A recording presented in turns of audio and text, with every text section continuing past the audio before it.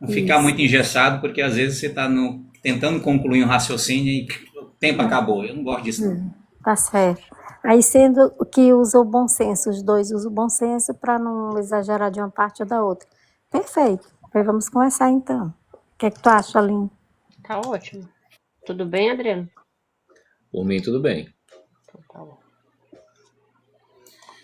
Então, bora lá. Baru atah Elohim melech haolam. Bendito é o nome do Todo-Poderoso Rei do Universo. Amém. Então,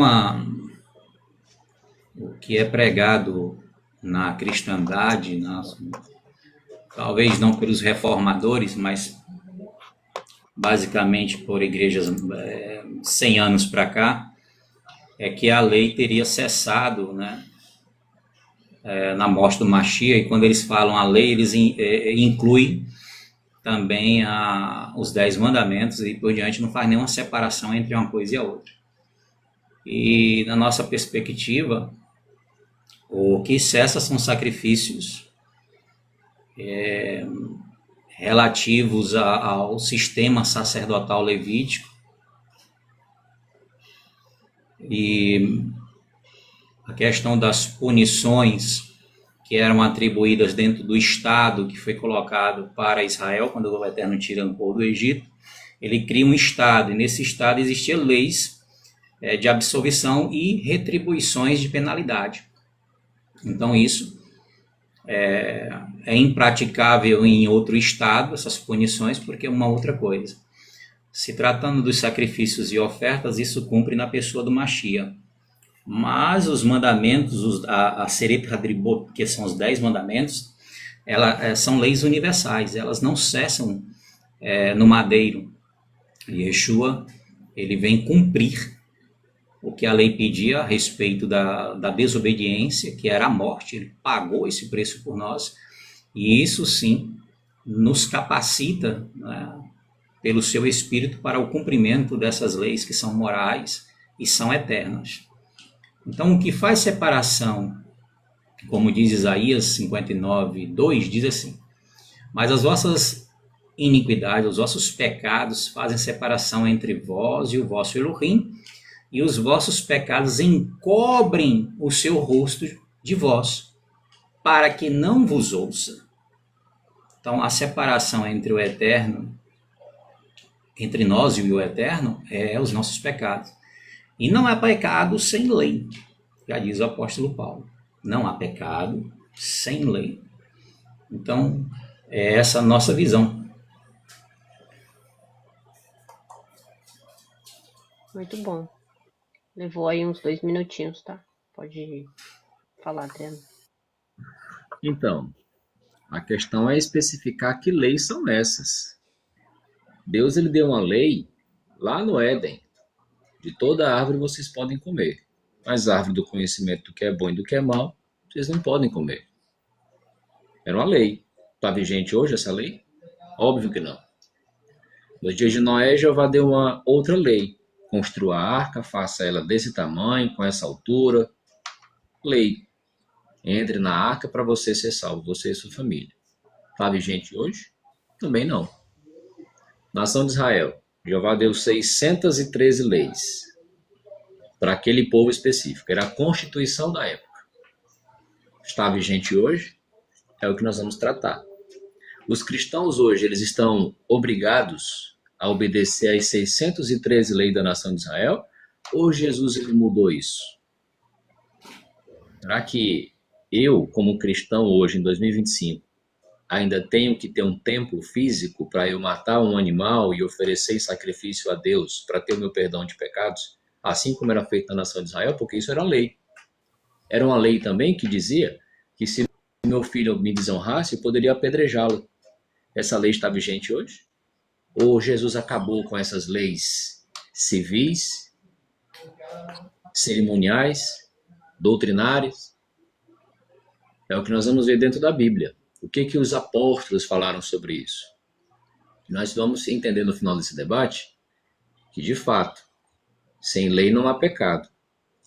Mas é sem a lei mosaica ou tem um novo código de lei que o cristão tem que seguir? Que é diferente e mais aperfeiçoado para o cristão do que quando era para a nação de Israel. O que Paulo falou sobre isso? O que o próprio Jesus falou sobre isso? É o que nós vamos analisar. E para começar, eu trago para essa conversa Colossenses capítulo 2, versículo 14, palavras inspiradas do apóstolo Paulo, ele escrevendo para os cristãos, ele já responde às indagações que foram levantadas até o momento. Colossenses 2,14. Ele falou assim, eu vou ler o versículo 13 para contextualizar. Além disso, embora vocês estivessem mortos por causa das suas falhas e do estado incircunciso da sua carne, Deus lhe deu vida junto com ele. Ele nos perdoou bondosamente todas as vossas falhas e apagou o documento manuscrito que consistia em decreto e estava em oposição a nós. Ele a removeu, pregando-o na estaca. Então, sim, Deus, por meio de Jesus Cristo, apagou o documento manuscrito e removeu a obrigação de obedecer aquelas leis da nação de Israel, deixando claro que sim, Jesus apagou a lei de Israel.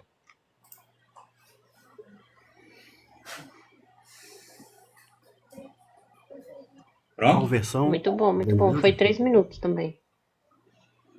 Qual a versão que você leu? Acho que ele está vendo na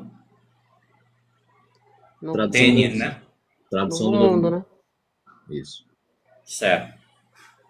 Então, eu posso fazer pergunta? Pode. Bora lá. Então, Adriano, você leu aí documento, né? Como é que é? Repete bem o termo que foi usado. Documento manuscrito de decretos. Certo. É o seguinte, o texto que está aí, o termo grego é estorreia, né? Xirografo, na verdade. Estorreia é um termo antes. Você sabe o que era um xirografo? Explique. Não. Procure bem aí o que é xirografo. Não é lei. Xirografo ou quirografo, vai depender da pronúncia, é um escrito de dívida. Então, tal que algumas bíblias trazem exatamente isso. Havendo riscado a cédula de dívida, que era contra nós. Cédula de dívida. Se você pegar alguns comentaristas, eles vão dizer que isso é como se fosse uma promissória. Então, o que é cravado no madeiro não é a lei. O que é cravado no madeiro é os nossos pecados. É a dívida de cada um. Mas se você estiver discordando, você pega o texto em grego, pega a palavra quirografo e mostre para nós se não é isso aqui. Não é lei. É cédula de dívida. Certo? É uma promissória, foi o que ele cravou lá, era o que nós devíamos. Porque é sem lógica. O camarada roubou, matou, e aí eu vou lá e cravo o mandamento que dizia não mate, não roube, não adultere. Oxi, não faz sentido, né? Então o que o Machia vai fazer é cumprir o que a lei pedia. O que é que a lei pedia? A morte do indivíduo. Por quê? Porque o indivíduo matou, roubou, adulterou, fez alguma coisa violando qualquer um dos mandamentos que diz não faça isso, não faça aquilo, ou faça aquilo, ou não faça. E aí vem uma lei que diz assim, ele vai ter que morrer. E para ele não morrer, o que tem que fazer? Tem que morrer alguém por ele. Na época se matava um cordeiro, se matava um bode, matava uma ovelha, um boi. Então, nesse texto aí, Adriano, sinto muito lhe dizer que o texto aí não tem a palavra lei no texto. Não existe no texto. Porque lei em grego é nomos. Está longe aí. O termo aí é quirografo ou xerografo. Não é isso, viu? Muito bom, foi 2 minutos. Bom, e seu argumento é um ataque ao espantalho porque eu não li a palavra lei. Eu li documento manuscrito que consistia em decretos. A promissória era apenas uma. Inclusive, a palavra tetelestai, Você sabe o que significa, né? Sei. É quando Jesus diz está pago. Qual que era a dívida? O pecado. Como que o pecado era exposto? Pela lei. Então, quando a Bíblia diz, aliás, o apóstolo Paulo deixa claro que Cristo ele pagou pelo pecado, é quando ele cancela a lei que expunha o pecado. E não é somente nessa ocasião. Ele, falando sobre o mesmo assunto, ele reforça aqui em Efésios capítulo 2, 14, ele fala exatamente sobre isso. Aqui, o Zacai, Paulo está usando a questão do pagamento de dívida. Por isso que Cristo falou, está consumado, está pago. Na época, quando você tinha uma dívida lá naquela época, você tinha como, de fato, uma nota promissória. Era algo que estava escrito que podia aplicar-lhe uma sentença. Igual a lei da nação de Israel. Aí Jesus vem, pega a nota promissória e carimba com a sua morte. Está pago. Ele não deve mais nada. Trazendo a ideia de que ele estava livre da obrigação, da dívida, de obedecer à lei da nação de Israel.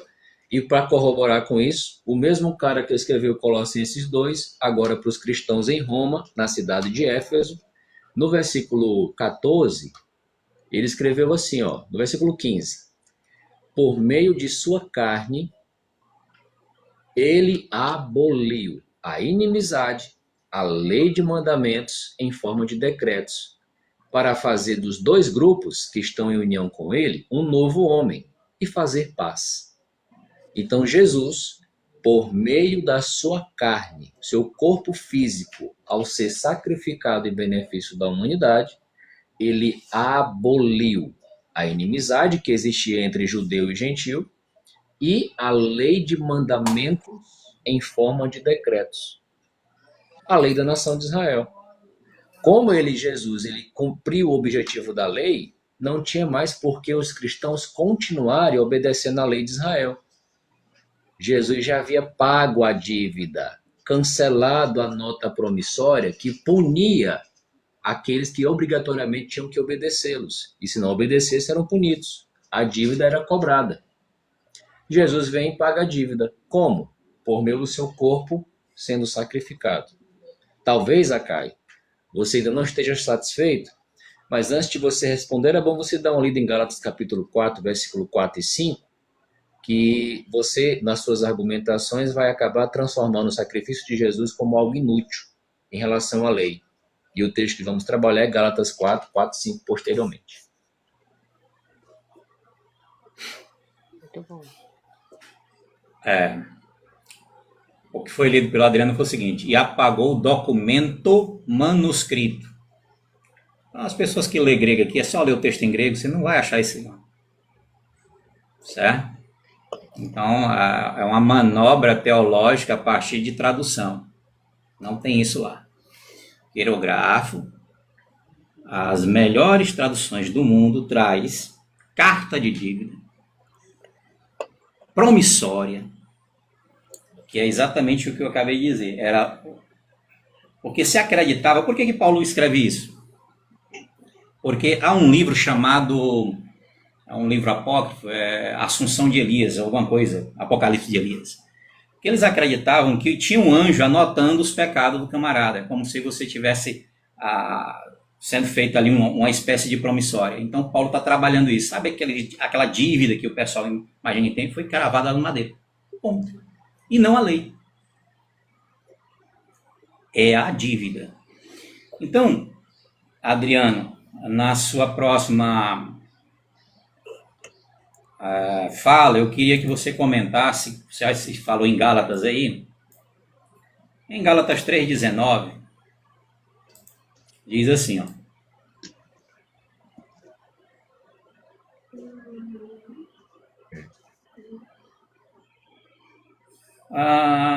logo para que a lei,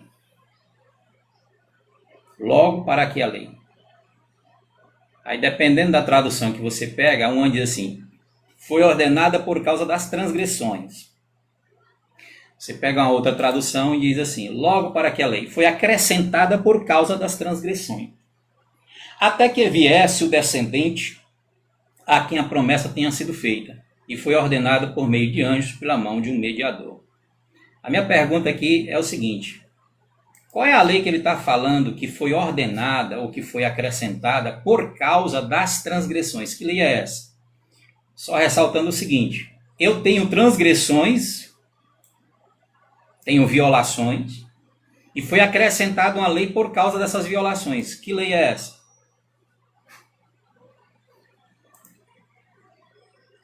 A lei de Moisés, a lei da nação de Israel. Na verdade, a nação tinha que obedecer 2 maiores mandamentos: amar a Deus acima de tudo e ao próximo como a si mesmo. Porém, levando em consideração a ignorância daquele povo, Jeová ele destrincha, ele especifica como que na vida deles, em toda a esfera da vida de um israelita, eles poderiam de fato obedecer os 2 maiores mandamentos. Aí inclui leis que precisavam ser específicas para cada situação. Esse código de lei, um código composto por 613 leis, era necessário para que essa transgressão ou pecado se tornasse evidente. Afinal, a única finalidade da lei era essa. Ela não salvava, não aperfeiçoava, era simplesmente expor o pecado daquele povo. E claro, ensiná-los a serem obedientes. Essa obediência a essa lei iria fazer com que o povo fosse preparado para que eles pudessem ser obedientes ao Messias que viria daquela nação. Só que se você avançar para o capítulo 4, versículo 4, diz assim, ó: quando se completou o tempo, Deus enviou o seu filho, que nasceu de uma mulher, olha o detalhe, e estava debaixo de lei. Lembra que no texto que você citou fala que essa lei foi acrescentada para tornar conhecidas as transgressões até que chegasse quem? O descendente, Jesus Cristo. Até que chegasse Jesus Cristo. Jesus chegou no capítulo 4. E aí, diz que ele nasceu debaixo de lei. Qual foi o objetivo principal de Jesus nascer debaixo de lei? Está no versículo 5. Para libertar, por meio de uma compra, os debaixo de lei. Libertar aqueles que estavam debaixo de lei. Se você ainda acha que deve seguir a lei que foi dada para a nação de Israel, você não foi liberto por Cristo. Você ainda está aprisionado num código de leis antigo. Jesus ele cumpriu isso. Ele libertou aqueles que estavam debaixo de lei. Da nação de Israel, obviamente, né?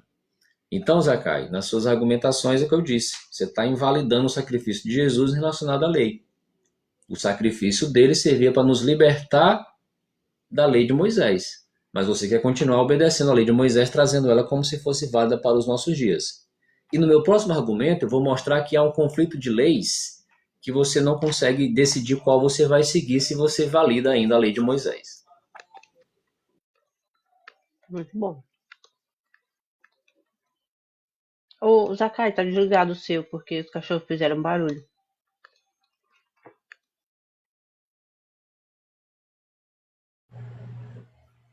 Os cachorros conversando aqui. Adriana, é o seguinte: você tem ali dentro da Torá, você não tem um sistema sacrificial específico ou um mandamento específico de transferência de pecado de um homem para um animal, que é o que vai ser trazido ali 430 anos depois da promessa que foi feita a Abraão. Abraão foi um homem que cumpriu as leis do Eterno, quem dá esse testemunho é o próprio Eterno. Capítulo 26, verso 5, lá de Gênesis.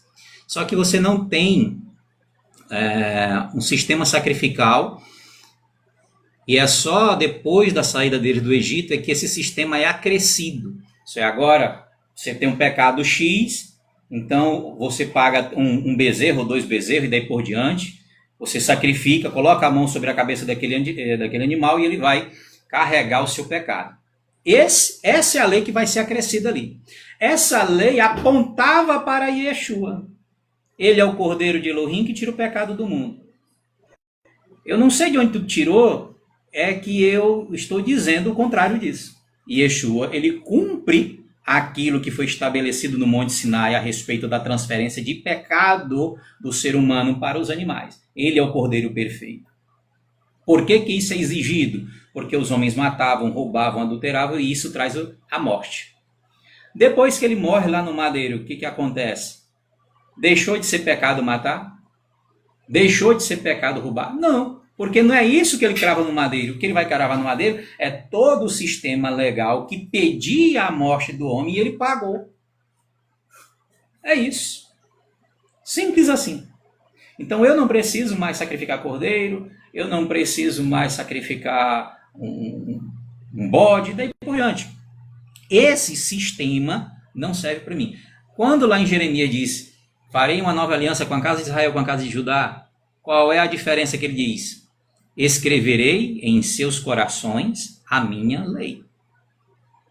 Ele mudou a Torá do ponto de vista não mate, não roube, não adultere, porque o apóstolo Paulo cita isso lá no capítulo 13 de Romanos. O próprio Mashiach, quando veio, citou esses mandamentos.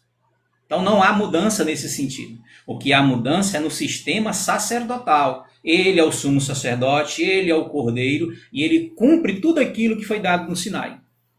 Mas no sentido de invalidar o mandamento não mate, não roube, não adultere, isso não existe. Esse é o entendimento das pessoas hoje. Eu não preciso mais cumprir a lei. Mas se eu cumprir a lei, eu sou maldito. Aí eu fico assim, sem... Quer dizer que se você cumprir a lei, você é maldito? É. Aí eu pergunto pro camarada, você mata? Não. Você rouba? Não. Você adultera? Não. Então tu é maldito, cara. Agora, se você entender, eu não posso me justificar diante do Eterno pela lei, ninguém pode. A lei não foi dada para ser justificada. Primeiro que a primeira lei que você citou, e a primeira lei que foi dada, o homem não era perdido, né? Ele era um homem livre. A primeira lei que foi dada não foi para a salvação ou para a justificação, foi como proteção. Então as leis que nós temos hoje, não mate, não adultere, não é proteção para nós. Porque mesmo dentro do Brasil onde nós estamos, se eu matar, eu vou preso. Se eu adulterar e se o marido da mulher me pegar, provavelmente eu vou morrer. Se eu roubar, vou preso, ou então o pessoal pega na rua e me linchar. Então, a observância dos mandamentos é uma proteção para o próprio indivíduo. E não para a salvação. Nenhum mandamento, e aí eu já perguntei a essas pessoas, aonde foi dado um mandamento para a salvação? Não existe isso. Os mandamentos é uma conduta de um salvo. Talvez você está dizendo a mesma coisa que eu estou dizendo com palavras diferentes. Eu não defendo que você deve guardar mandamento esse ou aquele para a salvação. Eu defendo que todo crente em Yeshua deve guardar os mandamentos porque é salvo. Se eu sou salvo, eu tenho uma conduta diferente. Se eu matava, roubava, adulterava, eu não pratico mais isso. Para ser salvo? Não, é porque sou salvo. Sou livre. E se eu fizer isso? Aí eu estou dizendo que não acredito no sacrifício, continuo pecando, vou por fogo eterno. Não tem conversa. Se continuar pecando, sem, como já o apóstolo Paulo diz, não há lei sem pecado, não há pecado sem lei. Então a lei continua, o apóstolo Paulo deixa isso lá bem nítido no capítulo 7 de Romanos, né? Muito bom. Zacai, mas aí é que entra o problema. Que código de lei nós estamos falando? Porque assim, ó, por que essas leis foram dadas? Deus escolheu uma nação de onde viria o Messias. Aí ele falou, olha, vocês serão o meu povo e eu serei o Deus de vocês. Se vocês obedecerem os meus mandamentos, eu vou proteger vocês, vou abençoar vocês, vocês serão o meu povo e tal. Aí ele começa a detalhar, lá em Êxodo. Vocês têm que fazer assim, assim, assim, assim, assim, assim, não pode isso, não pode isso, não pode isso. Então ele deu a constituição para aquele povo específico. Essa lei, os apóstolos falaram que ela tinha uma finalidade. Tinha um objetivo, tinha vários objetivos, na verdade, né? Além de expor o pecado deles, Paulo ele fala qual era o objetivo daquele código de leis. Você, inclusive, já citou Gálatas 3, mas Paulo volta a tratar desse assunto em Romanos 10, versículo 4. Aí ele diz assim na sua carta aos Romanos, porque Cristo é o fim da lei, para que todo aquele que exercer fé possa alcançar a justiça. Então, qual era a finalidade da lei? Conduzir as pessoas até Cristo, o descendente prometido. Gálatas 3, versículo 9, Paulo falou exatamente isso.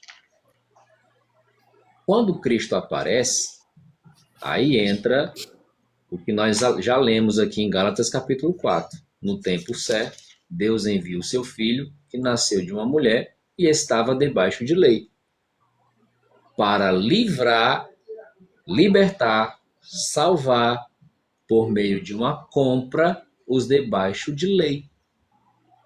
Lembra que você falou da promissória? Quem foi que pagou o preço? Quem foi que pagou a dívida? Jesus Cristo. Como? Paulo explicou. Por meio da sua carne.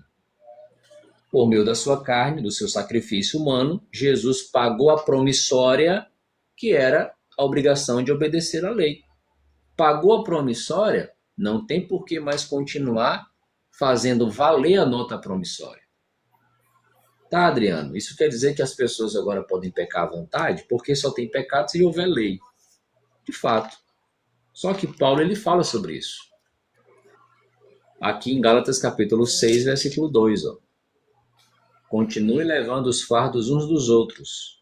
E desta maneira vocês cumprirão a lei do Cristo. Então Paulo agora está falando não mais da lei de Moisés, mas sim da lei do Cristo.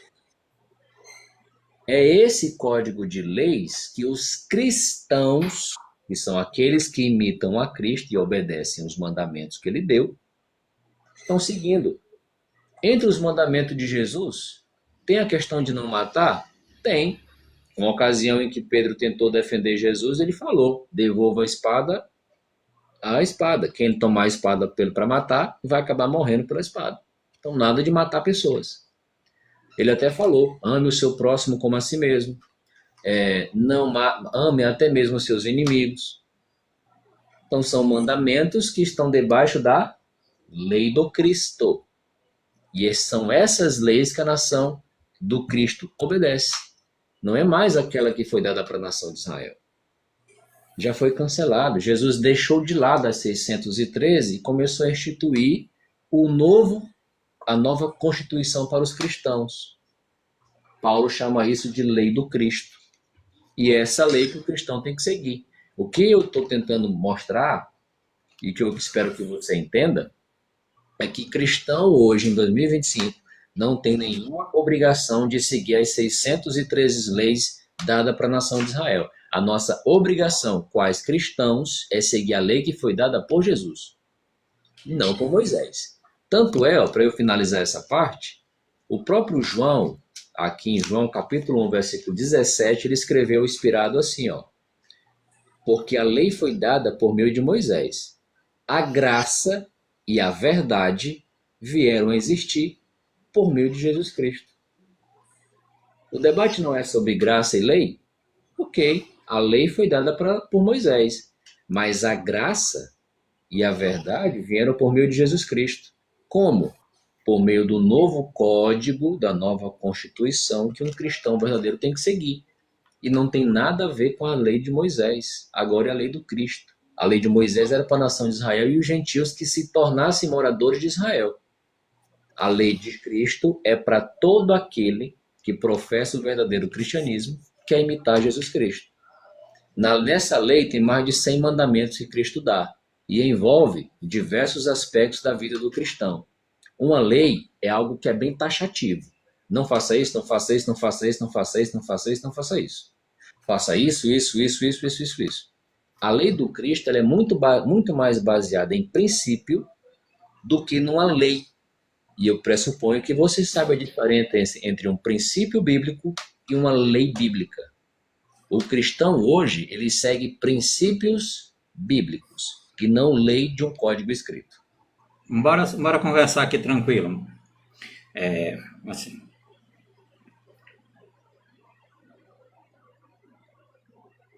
Qual lei Moisés escreveu de livre e espontânea vontade? Nenhum. Então, quem foi que deu a lei? Deus.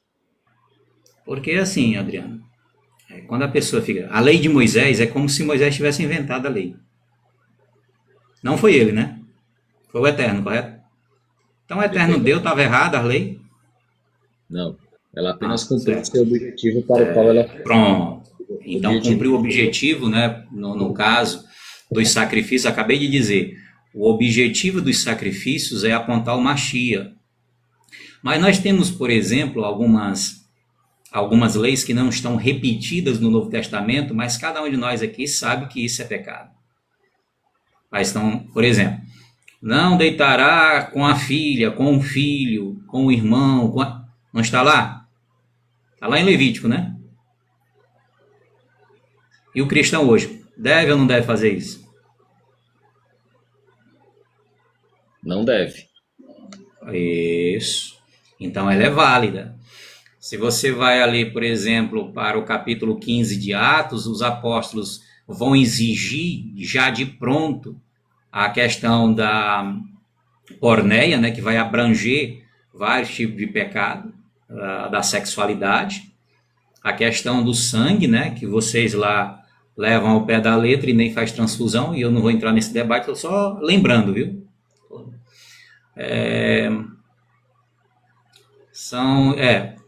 A idolatria, mas quando a pessoa me cita esse texto, eu digo, cidadão, se nós entendermos que era só isso para os gentios, você já pensou se os apóstolos decidissem que era só isso? Lá não está falando, por exemplo, de não matar, não roubar, será que isso? Não faz sentido, né? Então ali, o que se entende, aquilo ali era algo para que os gentios começassem a estudar e pudessem sentar dentro de um local junto com os seus irmãos que vieram do farisaísmo, né? E não a base legal para um cristão seguir, porque do contrário viria as outras coisas. Então ali é o começo da coisa. Então, vamos recapitular. Todos os mandamentos que Moisés escreveu, não foi ele que tirou da cabeça, foi o Eterno quem deu. Qual era o objetivo do sacrifício? Retirar o pecado do indivíduo, passar para o cordeiro ou por boi. Isso se cumpre no Mashiach. As penalidades que eram quase que automáticas dentro do Estado de Israel, lá em Hebreus capítulo 6, se não me engano, capítulo 10, vai dizer que aquele que peca, que viola um dos mandamentos, está sujeito a uma punição bem maior do que aquela que aqueles camaradas sofriam, porque lá precisava de 2 ou 3 testemunhas. Hoje não. O próprio Mashiach é quem fiscaliza isso. Então, se eu não considerar o sacrifício de Yeshua no madeiro e continuar pecando, isso é, continuo roubando, continuo matando, quer dizer que eu não crie, por isso que o texto que você acabou de ler, que é Romanos 10, 14, o fim da lei é o Mashiach, ou a finalidade, depende da tradução. O fim da lei é o Mashiach tem um detalhezinho lá, né? Para todo aquele que crer. Se você não crer, se você não considerar, não existe fim de lei para você. Ela continua te cobrando o teu pecado. Então, se eu acredito que ele morreu por mim, pagou tudo, foi cravado o escrito de dívida, então sobre mim não há mais condenação. Nenhuma condenação para os que estão, né, no Mashiach e Yeshua. Ponto. Agora, dizer que o código que o Eterno escreveu com o seu próprio dedo, falou e o povo não suportou, não fale mais, fale a Moshe.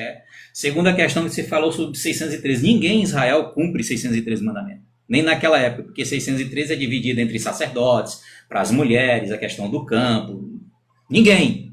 Nem mulher ia cumprir 613, nem homem. Isso era dividido e muito bem dividido. E 613 também é um número organizado pelo rabinato. Por que 613? Eu já falei, vou repetir. Por que eles dividiram em 613? Você tem 6, 1, 3, 6, 1, 7, mais 3, 10. Entenderam a lógica? Estão dizendo que todo o sistema legal dos mandamentos resume-se aos 10. Por isso que quando perguntaram a Yeshua qual é o grande mandamento, que foi que ele disse? Qual é o grande mandamento? Amarás o Eterno teu Elohim de todo o teu coração e de toda a tua alma. Esse é o primeiro grande mandamento. O segundo é semelhante a este. Porque, e desses, disse Yeshua, depende toda a lei. Então, dos 10 mandamentos, depende toda a lei. Então, a base é ali. Então, os mandamentos de sacrifício, sacerdotal e tudo, que eram baseados nos 10 mandamentos, por que os mandamentos de sacrifício vieram? Para que eu e você pudesse estar hoje aqui falando do amor do Mashiach. Porque se ele não tivesse morrido, a penalidade continuava e estaríamos, em outras palavras, condenados ao fogo. Mas por causa do sacrifício dele, não mais. Agora, se continuar errando, se continuar matando, continuar adulterando, continuar na porneia, por assim dizer, está perdido. O código continua valendo. E é isso. Então, Zacai, mas esse código que continua valendo não é mais aquele que foi dado por Deus por intermédio de Moisés. É aquele que foi dado por Deus por intermédio de Jesus Cristo. Esse é o código que está vigente.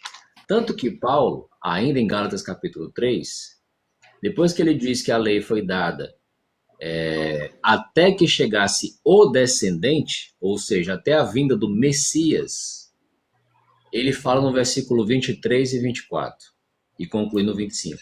No entanto, antes de chegar à fé, estávamos sendo guardados debaixo de lei, entregues à custódia, aguardando a fé que estava para ser revelada.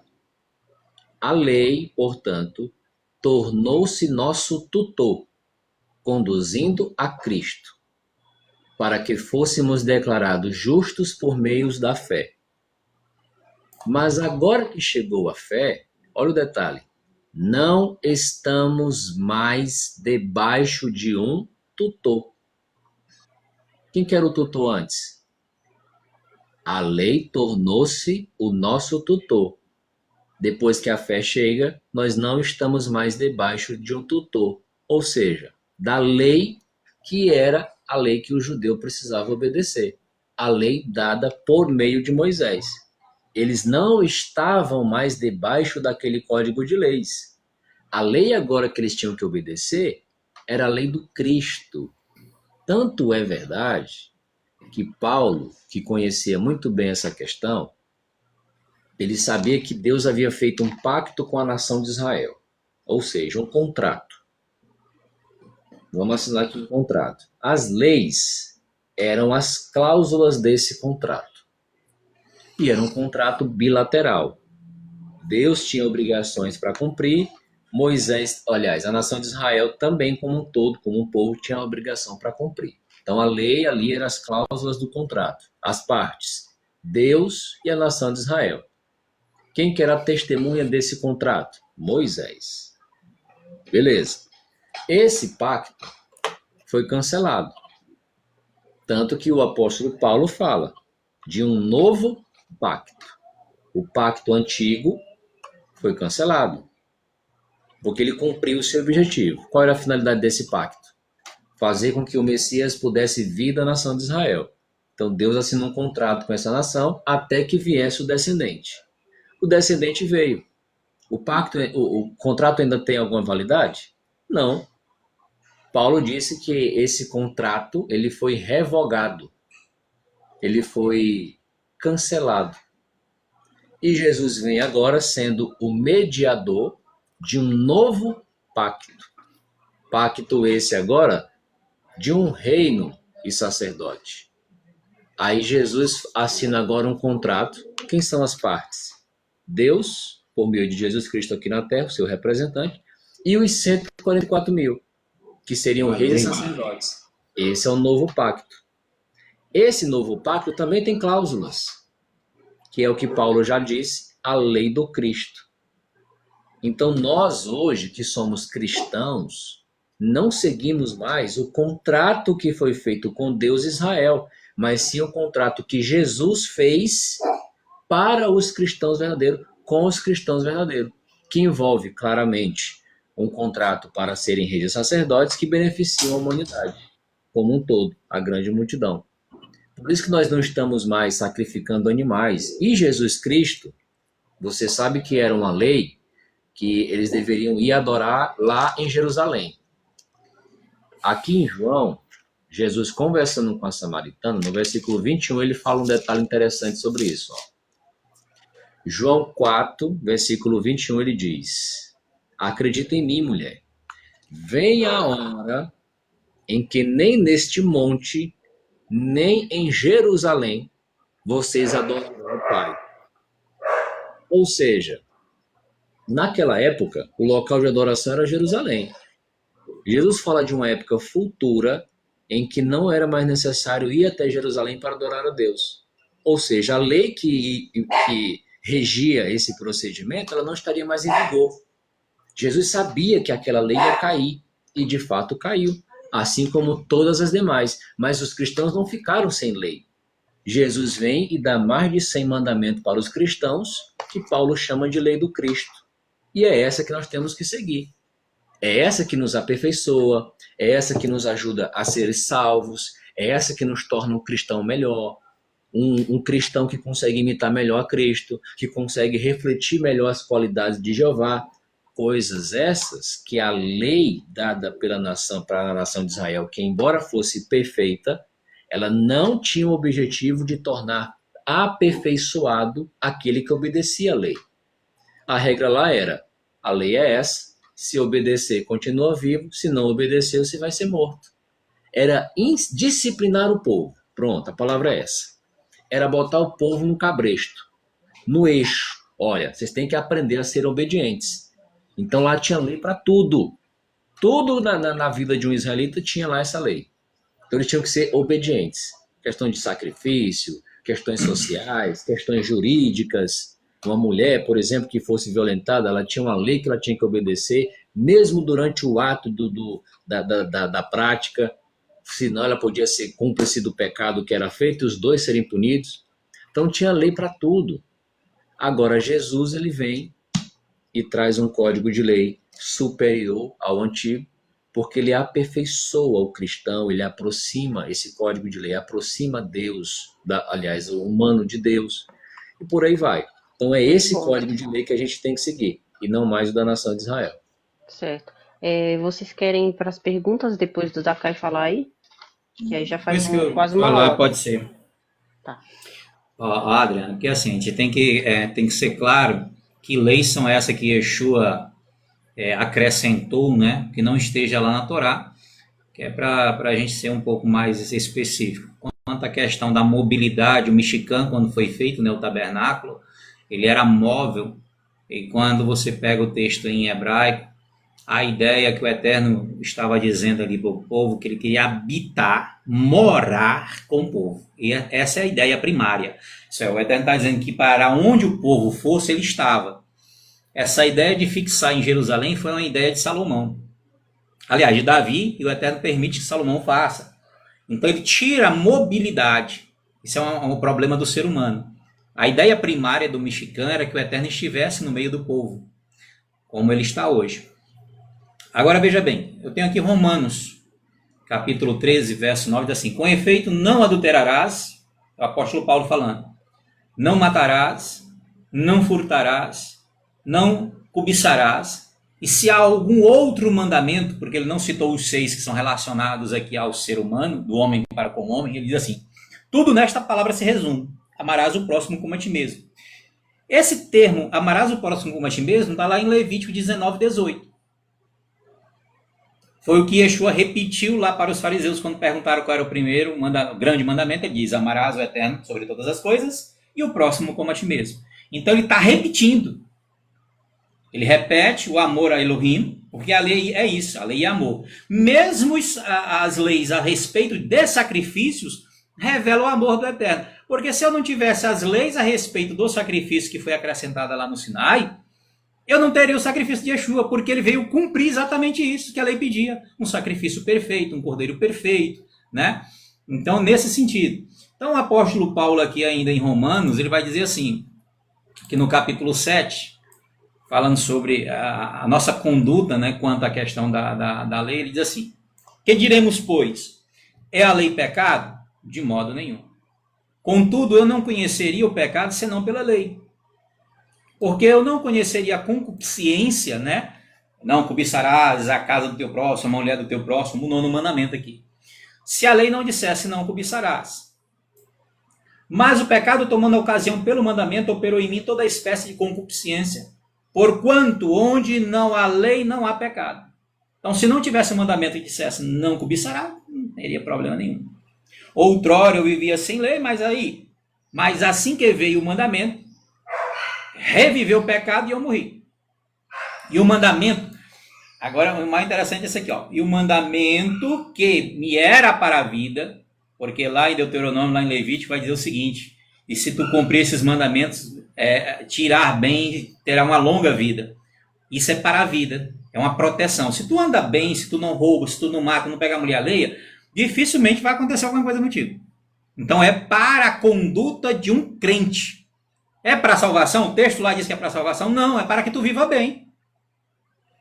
É para isso. Ele diz assim: e o mandamento que me era para a vida, achei eu que era para a morte.